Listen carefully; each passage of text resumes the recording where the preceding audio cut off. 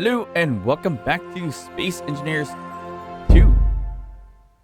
Alright, so the kind people at Keen Software House had given me an opportunity to do an early preview of Space Engineers 2 VS2 Planets and Survival Foundations. Let's check it out. So in order to unlock new blocks, we had to do some contracts. And of course, me being me, a few mishaps, of course, occurred, such as this. And some piloting errors.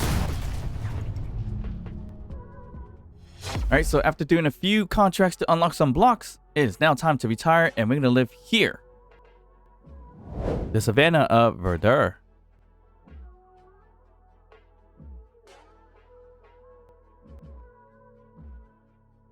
Don't forget to join the live stream of the VS2 Planets and Survival Foundations on Monday, December 1st at 6 p.m. UTC, which of course it's about 1 p.m. Eastern Time and 10 a.m. Pacific.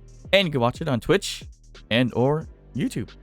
And if you notice there are things I'm not covering, that's because other Space Engineers community creators will be doing their previews as well. Look for the link in the description down below and check out all their previews. Why did I choose the Savannah? Well, because it's actually a pretty beautiful place and I want to have a nice view throughout the day. But of course, what does the Savannah offer? Got a bit of grass, some trees with some fruits hanging on them. And of course, let me try my very best impression of Zero. Rocks. And bigger rocks.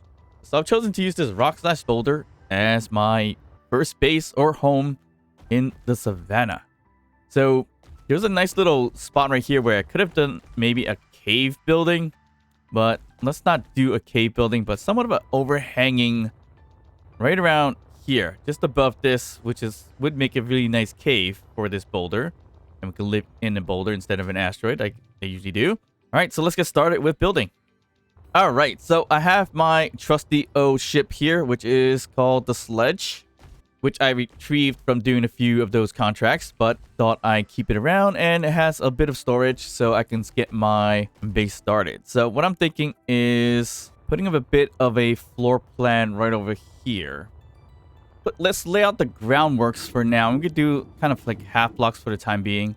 So I'm thinking if we add it into this boulder right around here, that'd be great. But the only thing is, we need to kind of get as straight as possible for walking on it without it being too slanty. But as you see here, once we start building any types of blocks, it creates some kind of projection for us and not necessarily frames like in SE1. And when we use the welder, you'll see here, use raw materials, which I have a few good steel plates and also iron. So you use either raw materials or even the components itself.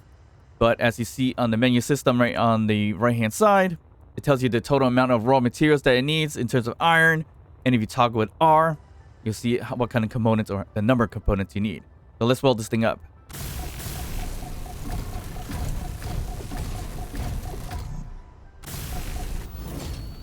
As being an engineer, let's test to see if this is straight enough for our liking. All right, so as you can see, not so good. Let's get that fixed. All right, so that's kind of looking good.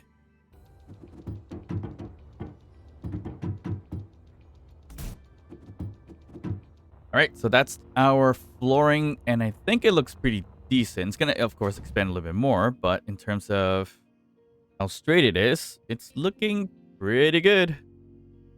Also, a few cool other things when it comes to building or projecting the blocks that you need here.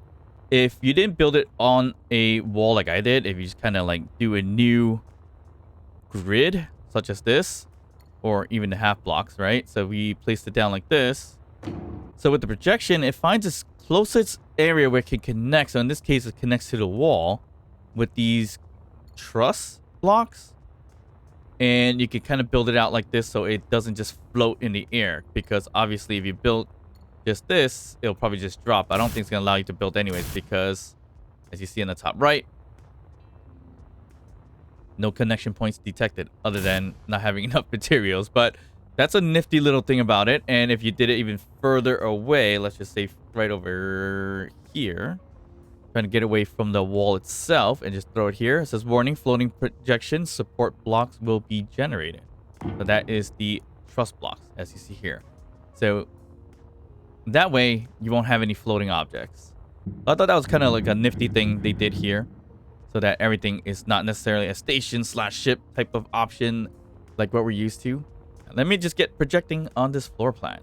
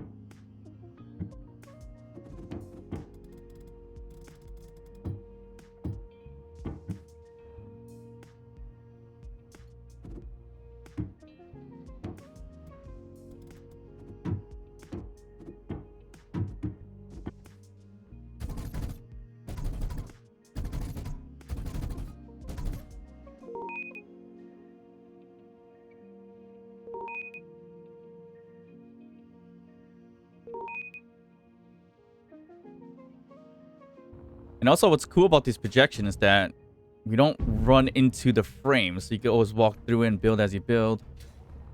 And of course you get really, really detailed because of the unified system. Okay, so now we need a little bit of designing, especially doors and windows, or at least more windows. There are a little bit of windows up here. Kind of get a little bit of a design here. And using a little bit of the detailing cube, get a little bit of a stanchion kind of thing going on there. Not the best, but going all right. Now we just need a pretty basic door. But of course, I'm out of materials, so I'm going to have to go and grab some.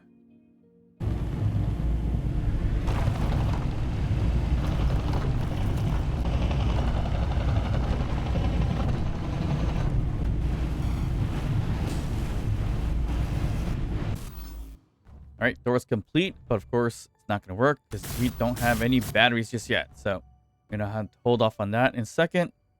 But what does a battery cost? Construction components and electrical parts. You go with a small battery like this, kind of like a generator of some sort. But let me just put this down really quick because I just want to see exactly how much it costs. Iron and silicone. Okay, that's not too bad. In terms of a large battery, we need a lot more stuff here. So we need like heavy duty plates, motherboards, heavy duty plates, and some raw materials. That's where the other things come in handy. Things like the assembler, fabricators, smelters, and such, which we're probably going to need to progress with our base building. But I think we could just use a small little battery such as this to get started. So I think we just create one now if we want to. So we'll act as a small little generator on the outside for now. I hope this works.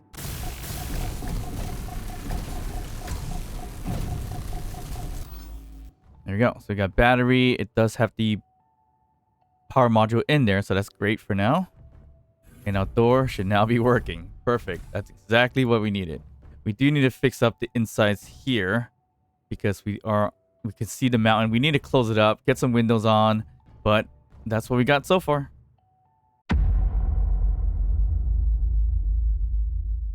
So after a long days of work, time to enjoy a little bit of a sunset.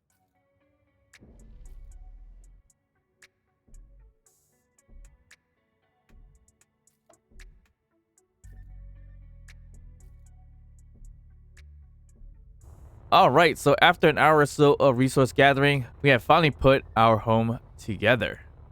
So we generally put up an antenna so we can go traveling and know where the base is, at least 10 kilometers away. Did some drilling, drilling, drilling, drilling, and more drilling. And when I couldn't find any resources that I need through ores, I revisited some local bases. like this weather station, mining station. Forgot what this one's called, but it was a cool station.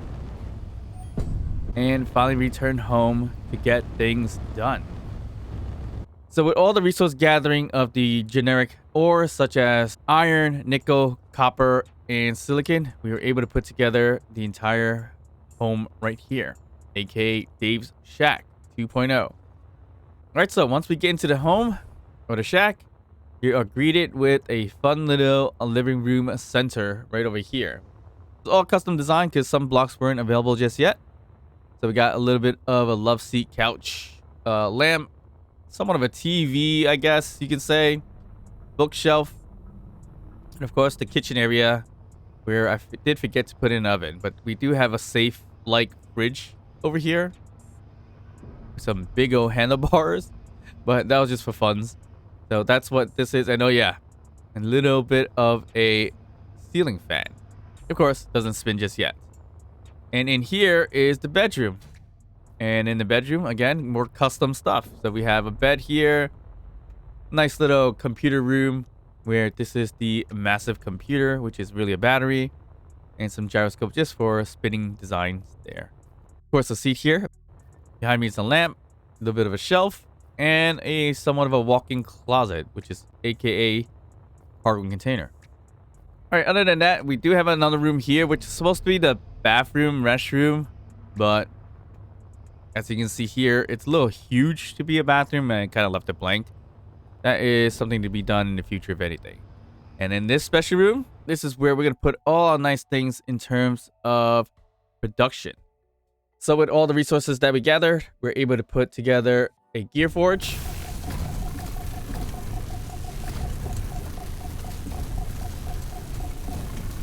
a smelter,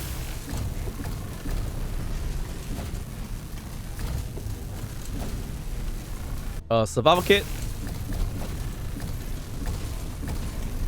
with an O2HU generator next to it,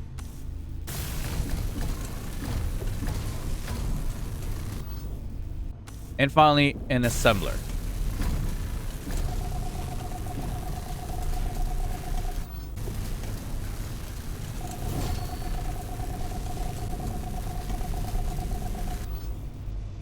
And that as far as we got in terms of production. You see, the gear forge is piped into the assembler. The assembler is piped in through the conveyors back here into the smelter, and smaller conveyors on top for the smelter to the cargo container. And behind us is a little arcade machine called the survival kit with the O2H2 all piped in together. So that way we can get ourselves charged up over here. And of course, if we need to, put your fingerprint here to save your respawn point.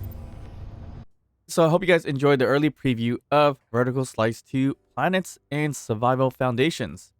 I had a blast playing with the contracts, unlocking the blocks, making this shack, which I should have went with a more technical, futuristic home.